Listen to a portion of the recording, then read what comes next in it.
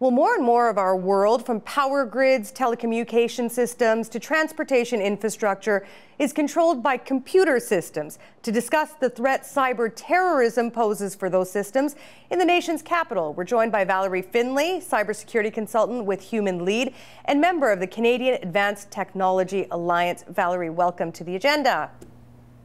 Thanks, Piya. I want to begin with something that the U.S. president said a week ago tonight during the State of the Union address. Here's what President Obama said. No foreign nation, no hacker should be able to shut down our network, steal our trade secrets, or invade the privacy of American families, especially our kids.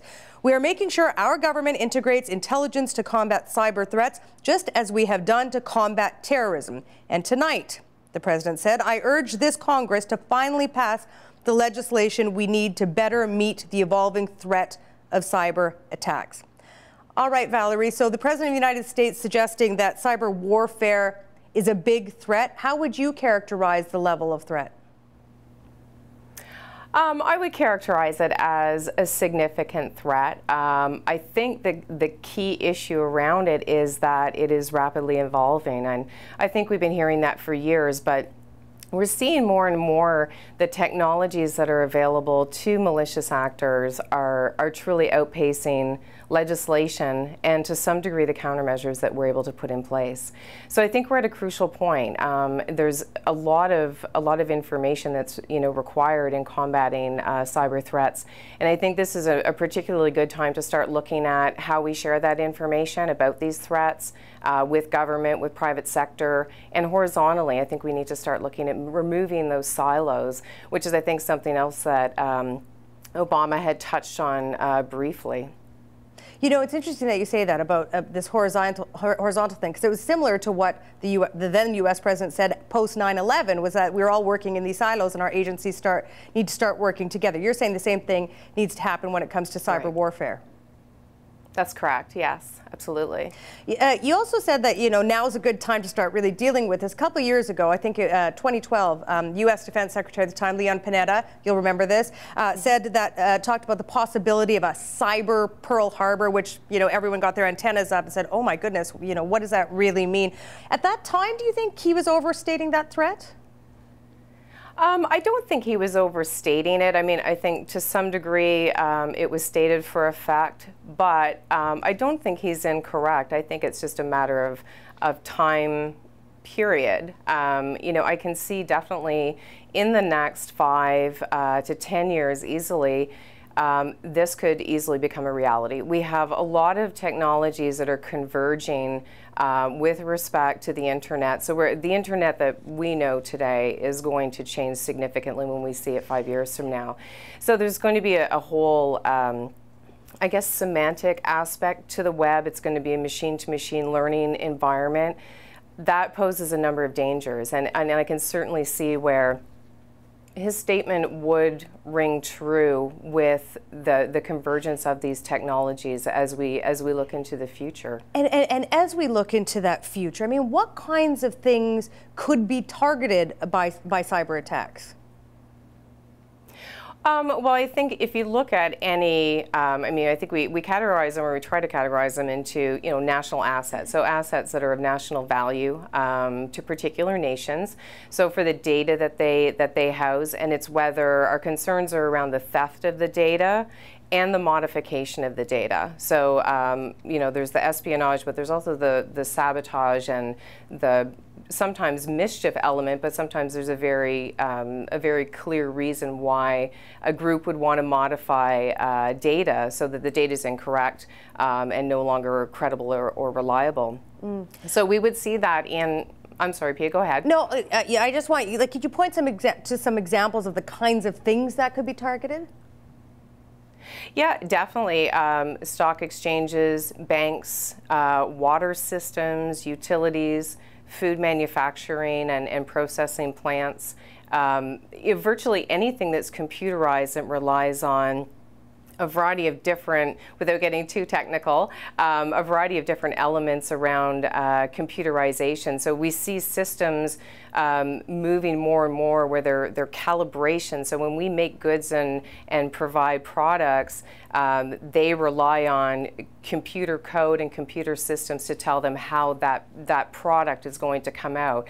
If you imagine it with respect to chemicals being sprayed on vegetables or fruits, or how cars are manufactured, any change in those metrics or the application of that logic could be, it could be disastrous, absolutely.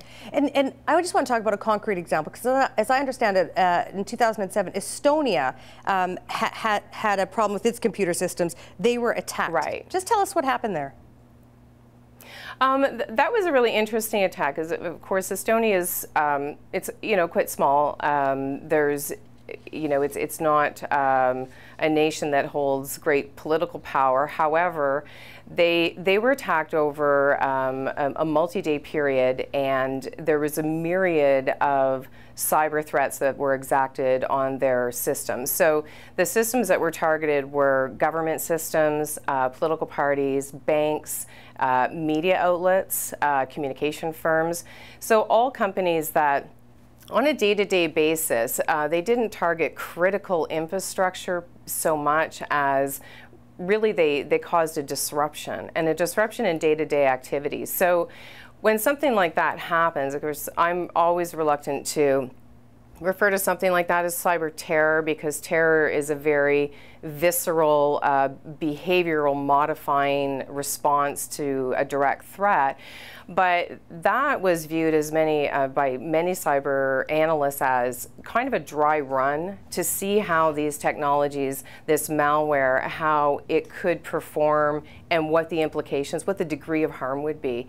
So if that were transposed onto, say, Canada or the US, and the targets, even if they were the same targets, this is something that could cost us in the short term economically. It could disrupt our systems and our data and the credibility enough that it could affect political decisions. It could affect our public safety and public health.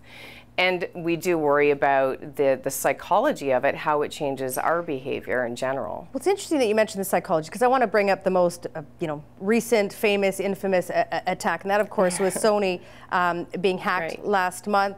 Some people, there is debate, but some people say North Korea was behind the attack. If that's true, we have a country hacking a corporation. What is the significance of that kind of attack? Well, I think the Sony hack is very interesting in that it wasn't a very complex attack. It was a simple, coordinated attack. There was some degree of skill, obviously, behind it.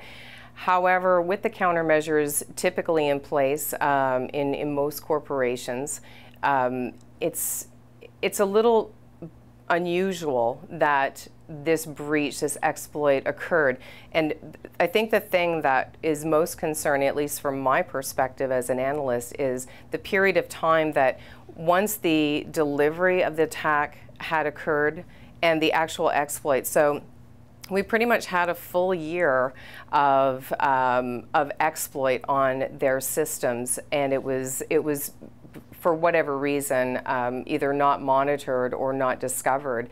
So that in itself is troubling, because obviously the longer an attack is in place, so the longer that exploit can take place, the more information can be gathered, and also if there is a spread component to the malware, so if there's a capability for it to spread amongst other networks, that just furthers its reach. So it makes it that much more dangerous and nefarious. Okay, I want to ask you about one more recent cyber attack. This probably falls under the umbrella of cyber terrorism, and that was when the Twitter and YouTube accounts of U.S. Central Command, which oversees operations in the Middle East, were hacked by people who claim they were sympathetic or are sympathetic to ISIS, the Islamic State.